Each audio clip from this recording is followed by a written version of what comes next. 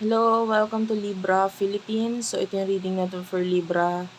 Sun, Moon, Rising, Venus, Jupiter, Libra. Ayan, habang pinay-prepare ko yung cards na gagamitin ko for you. Please do check out itong um, other ways kung paano ka makaka-follow sa akin. Facebook, yan, dyan ka rin pwede mag-inquire ng personal reading. Also, yung aming email. Instagram is also here. TikTok shop. Wait lang guys, ha. Ayan. Hopefully, makarelate ka sa reading. Kung hindi, ayan, nakuha ko na yung card for you. Kung hindi, ay pwede ka namang mag-next video, ibigay mo sa ibang reading na to. Or, you know, maybe next time, makuha ko naman yung energy mo kung hindi ka makarelate dito. Ang energy, pwede magkapalit-palit. Kahit sinasabi kong ikaw, pwedeng person mo yon kung nararamdaman mong siya yon. Bahala ka na maglagay ng sarili mo sa sitwasyon. This is love reading for the sign of Libra. Sun, Moon, Rising, Venus, Jupiter, Libra. Okay, one last shuffle. Check mo yung mga crystal rings, evil eye rings sa TikTok shop namin. Ayan, we do have their mga evil, katulad ng mga suot ko ngayon. For Libra, Sun, Moon, Rising, Venus, Jupiter, Libra. Libra. Something in the past ang gumugulo pa rin sa'yo ngayon. With the Magician, I feel like I don't know, you're still thinking about a person.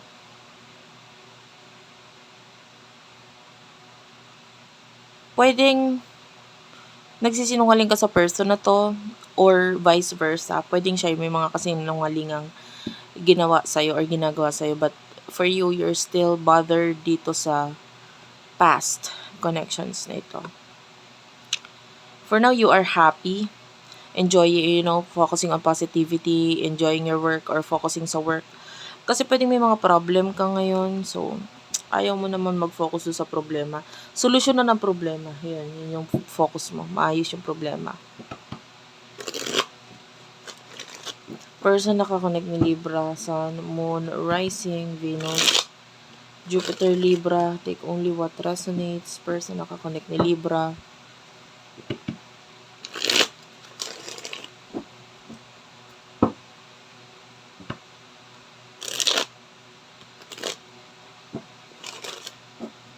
Okay, person nakakonect ni Libra.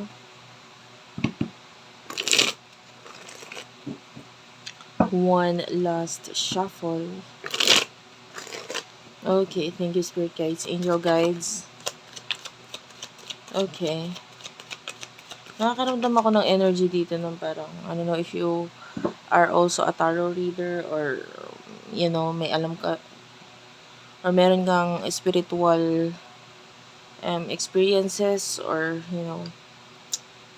anyway, you are very welcome sa aking video, sa ating channel. Ace of Wands, Aries, Leo, Sagittarius, Gemini, Libra, Aquarius. Itong person na to already thinking dito sa new beginning. Gusto niya magkaroon ng new beginning. Gusto niya aksyonan sa new beginning. Kaya lang ngayon is parang stuck pa siya sa kung ano man yung situation niya. Page of Swords is here. Two of Pentacles. So, itong person na to is like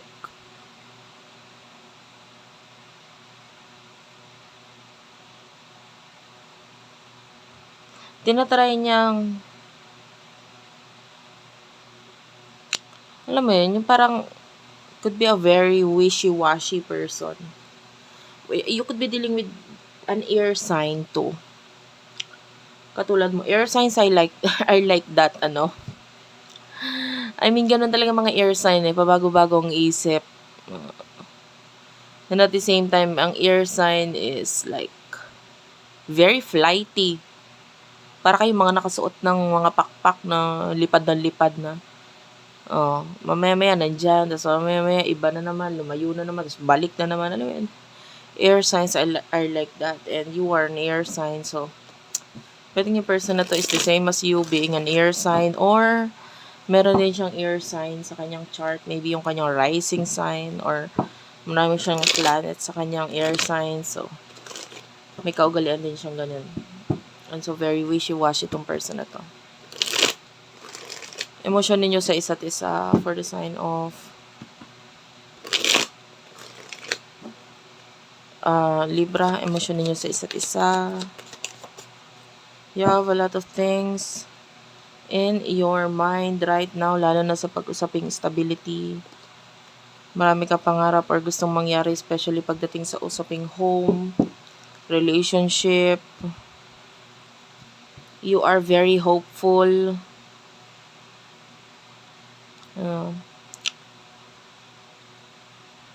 Sa ngayon, ang minamanifest mo are the things that you want, the things that you like. Yun yung minamanifest mo. Parang marami kang goals dito, pangarap, kung gusto mo ito muna mangyari. You want a stable home, career, job. Some of you, may mga bagay kang nasayang.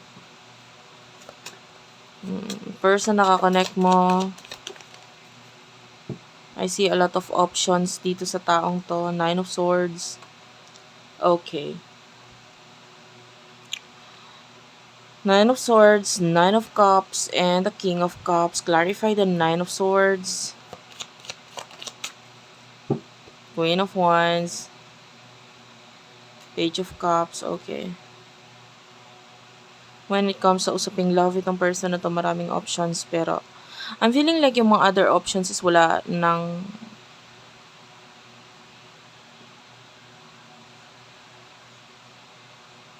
parang ayaw niya na doon, ganun. Kasi it's like a nightmare para sa kanya. Parang pinagsisisihan niya na. Pwedeng ganun. Parang, alam mo yun, yung surang-sura na siya dun sa tao na parang, sa mga taong ito, past people sa buhay niya na parang, ayoko na to, nakakainis. Bakit ba kasi pinatulan ko pa? Parang ganun. Page of Cups is here, so this person is like, I can see magandang communication connection sa inyo. There's love, there's interest doon, and nakakita tayo ng advices from each other. Both of you are learning from each other. Iba naman yung experiences nyo sa isa't isa, pero doon sa mga experiences nyo na yun, meron kayong mga natutunan.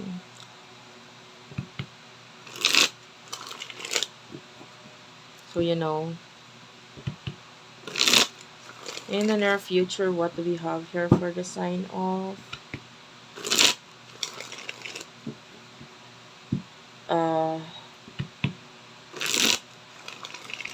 ano yan?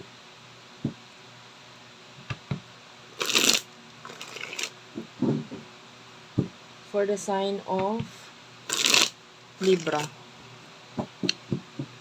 Isang shuffle na lang.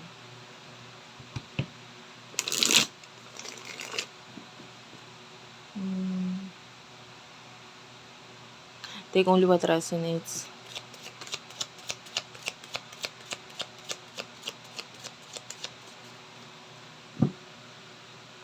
Queen of Pentacles, 10 of Pentacles. I like this. I like the energy. You should be excited. I like the energy. Sobra, grabe. Parang ako na-excite. Clarify the Queen of Pentacles and 10 of Pentacles. It is clarified by the Judgment. This is Major Arcana. Okay. What's with the 6 of Wands and the 5 of Swords? Ace of Cups. Wow. Guys, okay. Bottom of the deck is the 2 of Swords. King of Swords is coming for you. I mean, I can see money, stability, Judgment is here. Ito na yung blessing ni universe eh. Blessing na may kinalaman sa stability, finances, career. Ang saya. You will be blessed with a lot of